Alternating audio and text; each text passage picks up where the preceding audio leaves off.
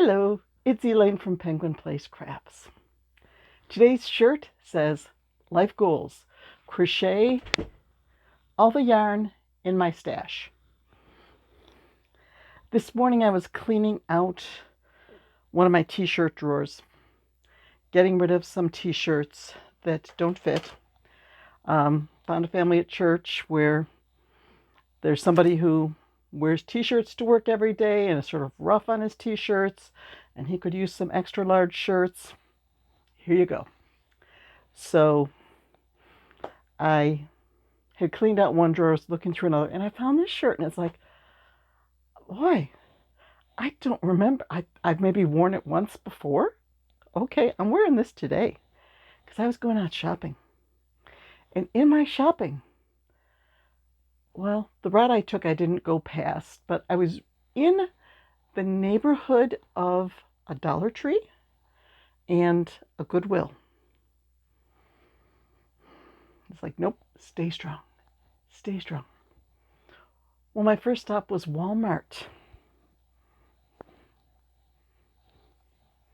And I had this yarn in my pocket. This was a piece that I cut off. Apparently I left too long of a string when I was making the Splooting Triceratops. And I had this long string up on my chair, so I took this with me, thinking, oh, maybe if I could find a similar weight yarn in this green or this gray, then I could use this up. And when I was at Walmart, they did have a similar weight yarn in white and gray, but it was $7.42. And I was like, do I really want to spend $7.42 so I can finish off one of multiple bits of yarn from a bag that cost $3.99? So I talked myself down from the ledge. Didn't get it. I figured I could probably make micro octos, like octopus, maybe a squid, something like that from this. There should be enough yarn to make something fairly good size. Or maybe a frog. Because that bag of yarn, the last time I showed it, had some green yarn in it. And I found a free pattern on Instagram.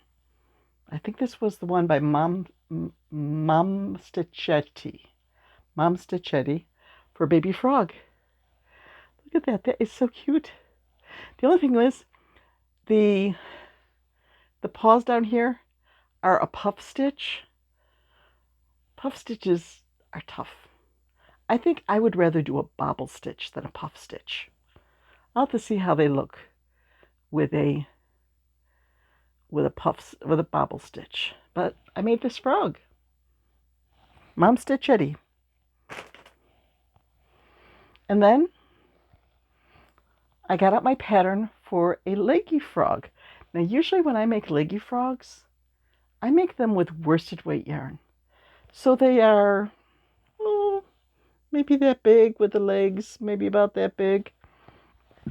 When you make them with Bernat blanket yarn, they end up a lot bigger. And then I added the skirt. This particular pattern, it was a YouTube tutorial. There were like 11 rows here.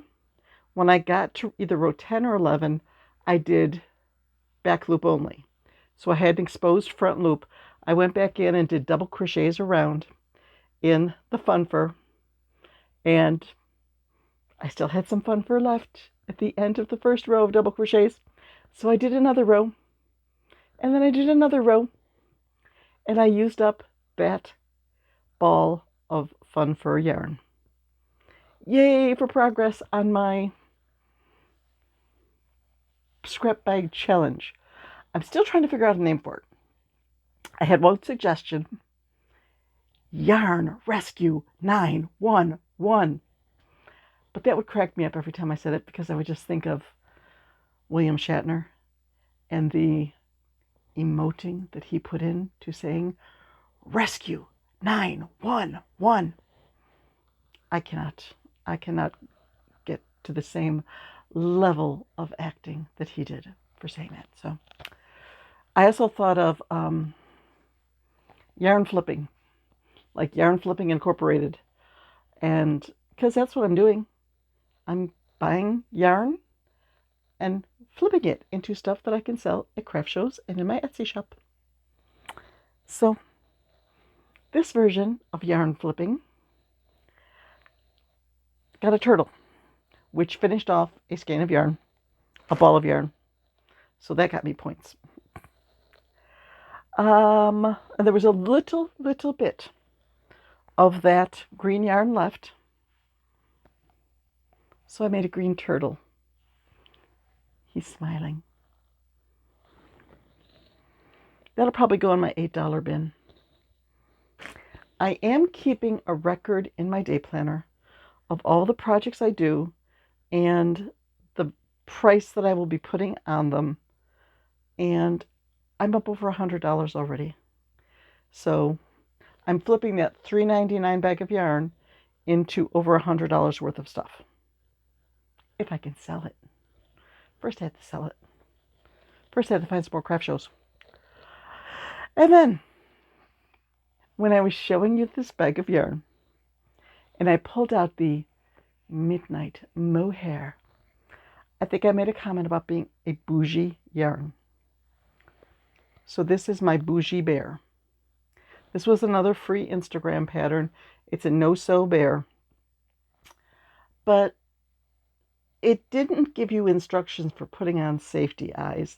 I think I would have preferred to put some tiny little safety eyes and a tiny little safety nose on there.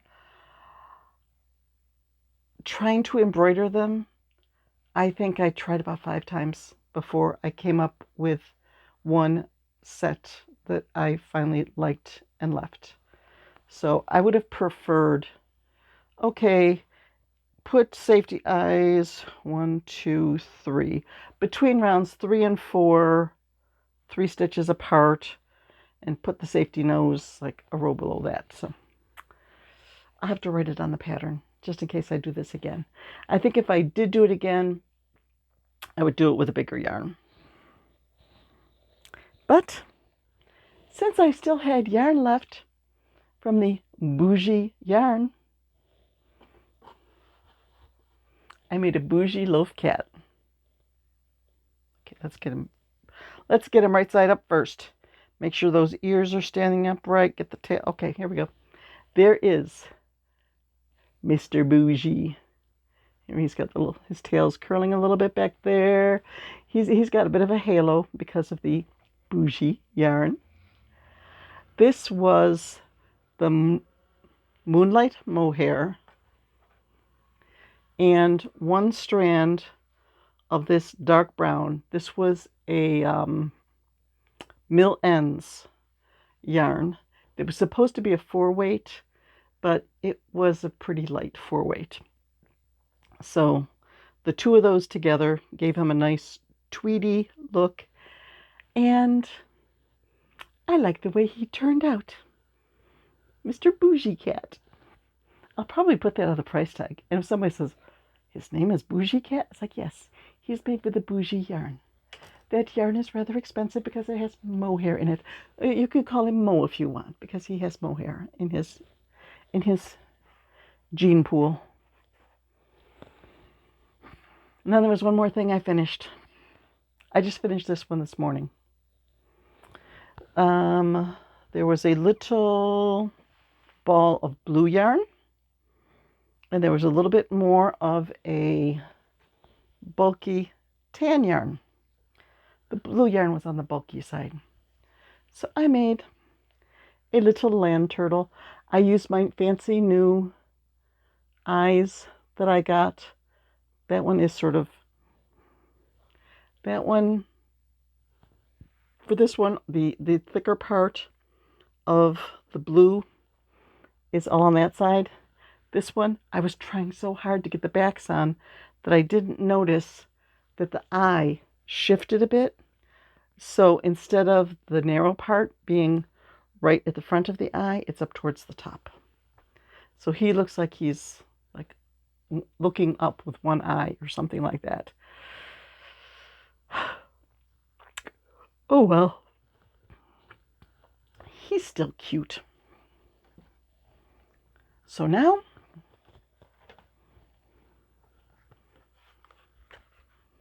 I am down to 8.4 ounces of yarn.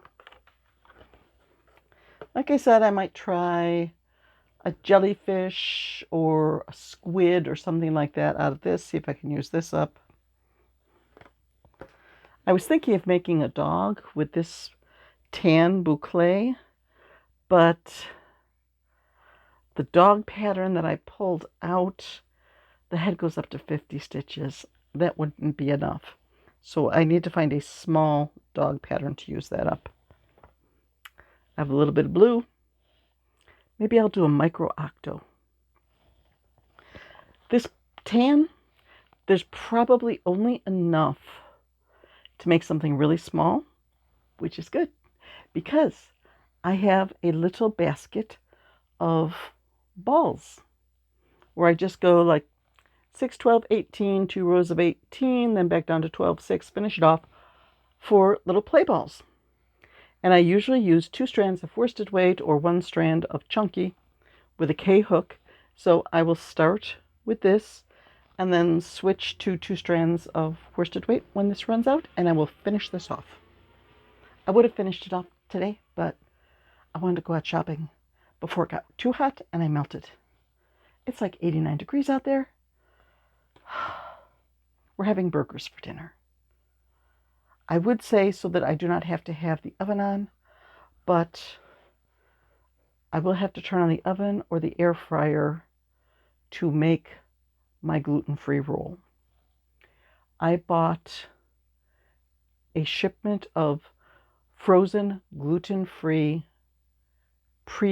like half-baked breads from Wild Grains, and so far I've used 1 roll for my fish sandwich with fish sticks, gluten-free fish sticks, on Friday.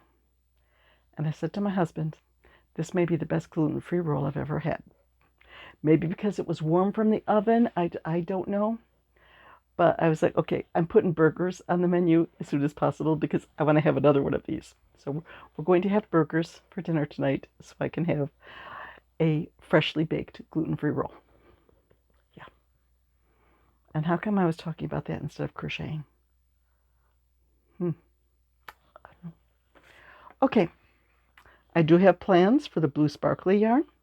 I said I was going to try to make 2 more dragons and then compare the 3 dragons, like put up a post on Instagram with all 3 dragons and say who wears this color best.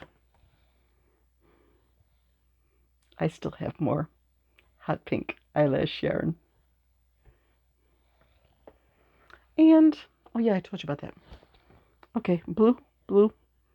That might become a little play ball too. There we go. Down to 8 ounces. And I think that yesterday it went from, let's see, first I used up 2 ounces, then I used up 7. So it was at 1 pound, 1 ounce. I went from 1 pound, so I did about 4 ounces yesterday. So that would mean this would take about 2 days to finish off. It's a possibility. Yeah, I can do it. I'm having fun playing with this. The difficult part is going to be when I have to decide which bag comes next. Yeah.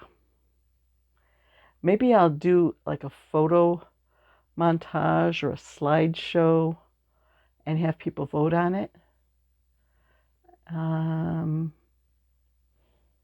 We'll see. I'm definitely going to pull another bag after this, although I do need to work on my works in progress and I have an order I need to work on. I'll get there. I'm just, like, I'm living up to the shirt today. work down the stash, finish off the yarn. There's a full tote there, a nice sized tote that is just filled with things of yarn. I could use that for taking inventory back and forth to craft shows, especially if another tote fits inside of it. A lot of times at craft shows, I like to flip one tote over or put one tote on top of another to add something at the end of the table. I could put another tote in that for transporting, because totes take up a lot of room in the car.